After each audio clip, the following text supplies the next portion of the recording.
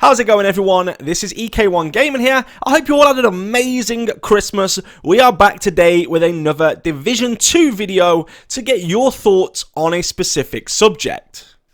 Now, as usual, if you enjoy this video, be sure to hit the like button. Make sure you smack that subscribe button and little notification bell if you would like to support the channel further. So, many people have asked me just recently if I think the Division 2 is worth buying now. And when I say now, I mean literally like 2020 at the end and 2021. Is it going to be worth buying it for new players to come into the game?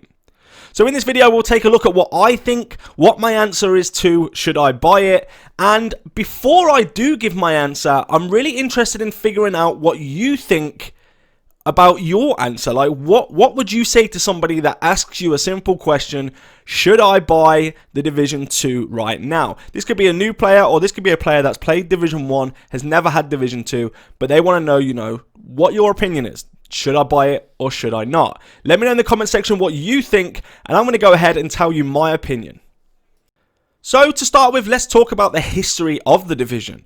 Now, going back to Division 1, it had a great story mode, and it was very unique in its field, meaning there was not, and still is not, a game that is like the Division to this day.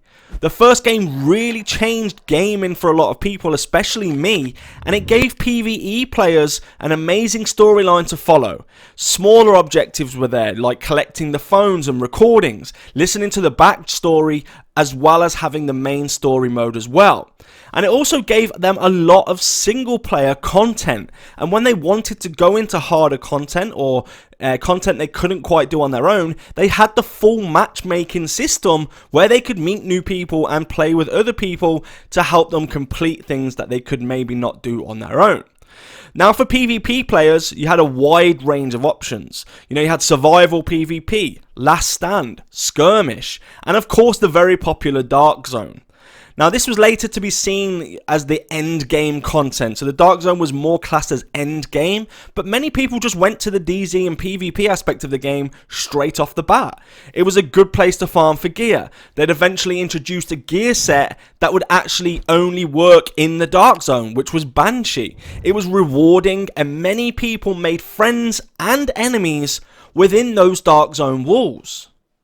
So now let's skip forward to when the Division 2 released, and we all had high expectations of huge improvements from the first game, Although the first game was loved, there were many bugs and issues. And the promise from the devs was basically, we've taken our mistakes from Division 1 and we've learned from them to make Division 2 better, bigger, and more enjoyable for you guys. So everyone went out with the expectations that Division 2 was going to be this amazing game. So going in with the high expectations which we were given, people quickly learnt this wasn't what they expected at all. Especially some of the notable changes to medkits and stuff like that. And the fact that DZ was not what people were enjoying before. They had completely redone the DZ in a way where, if I'm being honest, probably a small amount of people actually enjoyed their time. Now, that's not saying the whole time the DZ in Division 2 has been there, it has not been enjoyable, because there were some title updates which put more people in the DZ, and there were other updates that people didn't like. But generally, on a scale, I think the DZ was a letdown. So now, instead of me rambling on, let's just get to the point of the video. Should you buy the Division 2 now? My answer is yes. Now, that answer is obviously going to shock a lot of you, because I do have strong opinions about the Division. However, as we said a million times already, there isn't a game like it. So if you're a person who can see past some bug glitches, tedious gameplay, then yeah, why not get it? The story's still good. Even though it's a little inconsistent now, it still has the storyline with a kind of continuation from the first game, and it does visually look good as well. The issues, in my opinion, really only get to you and start annoying you at end game. And that's because there's a lack of replayable content, which they tried to fix by bringing in the summit, and they failed massively. No pun intended. But the developers at these points seem to have really lost their way with what was replayable and repeatable. Repeatable? Is that even a word? I don't know. But you kind of get what I'm trying to say. Now, not only that, a lot of people who began to dislike the game were, of course, caught up in the ban wave. air quotes, where Massive basically decided to go ahead and ban thousands of players for exploiting an in-game mechanic that really shouldn't have been there in the first place. Now, this caused community outrage, people charging back for the cost of the game, others never actually returning to the game, people threatening the devs, and a lot more. It really did cause a huge stir within the community. Community engagement at that point became the worst it's ever been.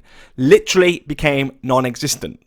At that time, the devs kind of went into a hiding. They was avoiding questions, not giving clear answers, not telling people what an exploit was and what it wasn't. They changed their terms of service without telling people. It really did cause a huge upset throughout the whole community.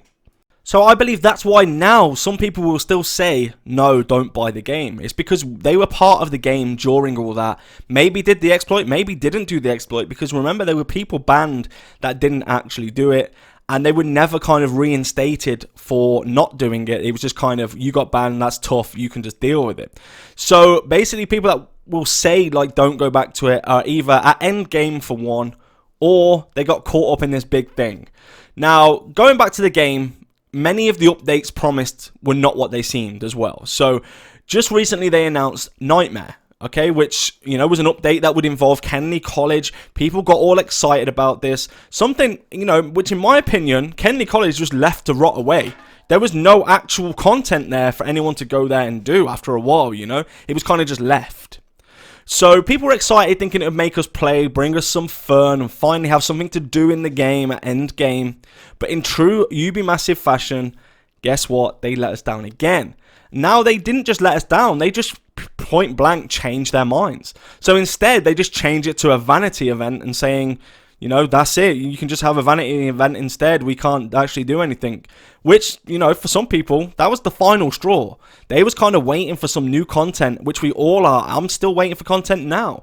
But like I say, the people that are looking at just buying the game won't have experienced this. You won't be at a level or a stage in your game to even worry about this right now. Which is why my answer still stays at yes.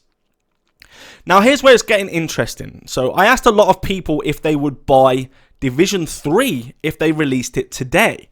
And these people that I've asked are people that have played the Division for a long time. And 90% of them said yes, they would. Now, I'm going to give my little opinion why I think that is. It's again because the game is unique.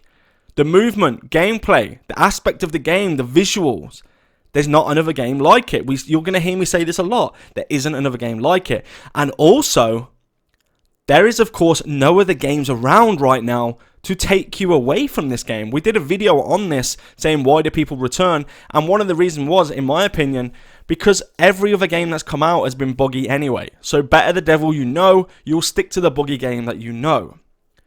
So basically, a lot of the issues in game now, like as of today, are of course bugs, glitches, which Division 1 did have too. Don't get me wrong, it did have that.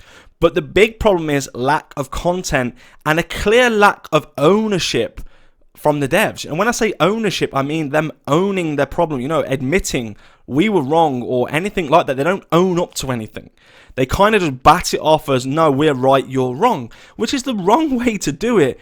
When you're looking at your customer base, we are the player base. We know if something's not right or it's wrong, Not saying that everyone's an expert, but if we say something's not right, like the cost of the optimization station, and they adamantly say on stream, no, it's right because we've worked it out, and in the end they have to then backpedal again and say, well, actually we're going to lower it. If they were right, they wouldn't have had to lower it. So it's a case of they just don't like being told they're right. They're wrong, because they think that they're right about everything, but they don't put time into the game to figure out what's right and wrong.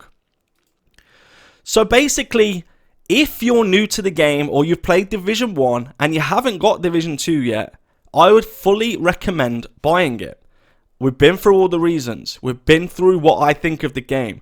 But don't worry about any of the negativity until you get to a point in the game where you think that might affect you. So you'll get me. I will say, this game's trash, man. Like, I've got nothing to do. However, it's because I put that many hours into the game, there truly isn't anything for me to do. So enjoy the game. If I can give any advice, it's take your time with it. Don't rush it, because if you rush it, you're going to be in a position that everyone else is in. Take your time, enjoy the game. Make sure if you need any help to ask people, even people like me that complain, you can ask me, I'll help you. If you need leveling, you know, or you need help on a mission, for example, you just don't know what to do, or you're lost, you know, what do I do next? Be sure just to drop a comment in the comment section. I'm happy to help anybody. Join our Discord server as well. There's lots of people in there that are starting new characters, so they can even do the story modes with you. Not carry you through, not rush you through, but actually enjoy it with you, and you can meet some amazing people. Now, thank you so much for watching this video. If you've made it all this way, be sure to leave me a little message in the chat just saying EK1 Gaming TV. That's all you have to write. Just write it at either the end of the message or the beginning, so I know you've watched the whole video basically. And I'm really, really happy that people will do that. So take care, everybody, and I'll see you all in the next video. Let's go!